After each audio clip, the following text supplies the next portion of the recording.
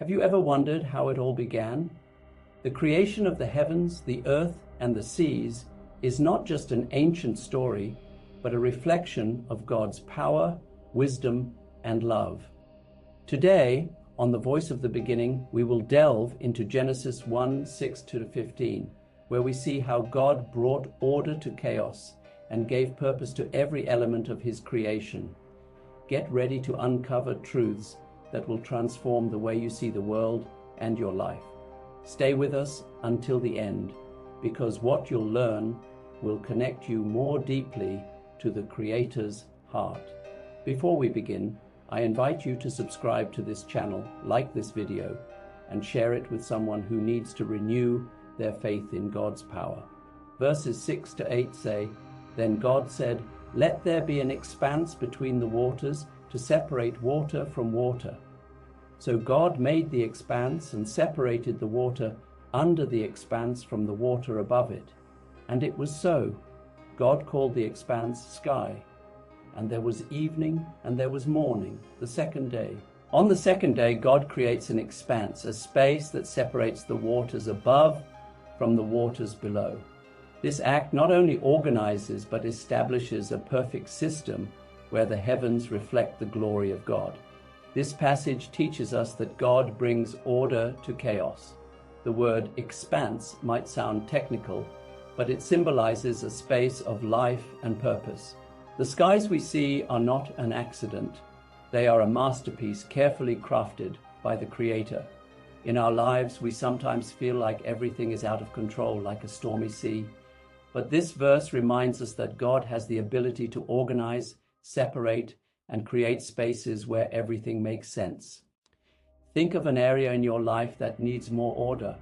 Write it in the comments, and let's take a moment to ask God to bring his peace and purpose to that space. Verses 9 and 10 say, "And God said, 'Let the water under the sky be gathered to one place, and let dry ground appear.'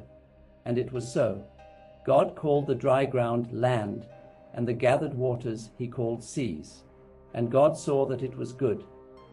Here we see how God separates the waters and allows dry land to appear. What's fascinating is that this act is not only practical, but deeply symbolic. The land and the seas are a demonstration of God's authority over nature. The land represents firmness, stability, a place to plant roots. On the other hand, the seas, while powerful and vast, are under God's control.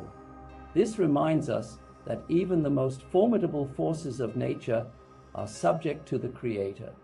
Sometimes we face challenges that seem uncontrollable, like giant waves. But this passage assures us that God has dominion over everything, and he can create a safe space for us to stand firm. Share in the comments. What does it mean to you to know that God is in control even in the midst of storms? Verses 11-13. "Then God said, 'Let the land produce vegetation, seed-bearing plants and trees on the land that bear fruit with seed in it, according to their various kinds.' And it was so. The land produced vegetation, plants bearing seed according to their kinds, and trees bearing fruit with seed in it according to their kinds. And God saw that it was good.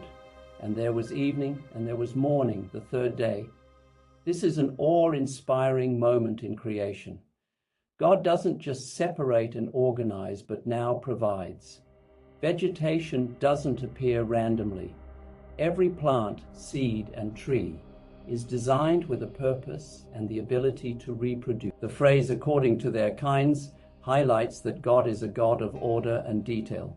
He creates with intention, ensuring that every living thing can sustain itself and multiply.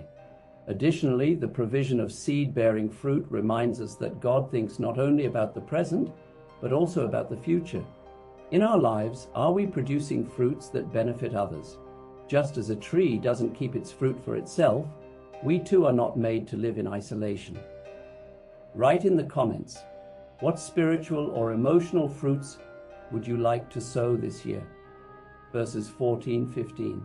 "And God said, 'Let there be lights in the expanse of the sky to separate the day from the night, and let them serve as signs to mark sacred times and days and years, and let them be lights in the expanse of the sky to give light on the earth.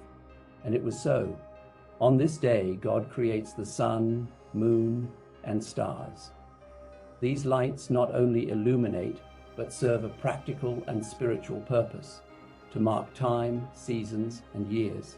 The sun gives us warmth and energy, the moon regulates tides, and the stars guide us in the darkness. Everything is designed to serve creation, but there's a deeper meaning. These lights remind us that even in the darkest moments, there is always light. The seasons of life can be hard to understand. Sometimes we're in winter, feeling cold and distant, but summer always comes. This passage assures us that God is present in every stage and that everything has a purpose under heaven. Reflect, what season of life are you currently in? Share it in the comments, and let's pray together for God to guide you through this time. Throughout Genesis 1:6-15, we've seen how God orders, provides, and guides. These verses are not just an ancient account. They are a living promise that God remains active in His creation and in our lives. If this video has inspired you, share it with someone who needs to be reminded of God's creative power. Subscribe to The Voice of the Beginning for more content that delves into the Bible and helps us live with purpose. See you in the next video. May God bless you abundantly.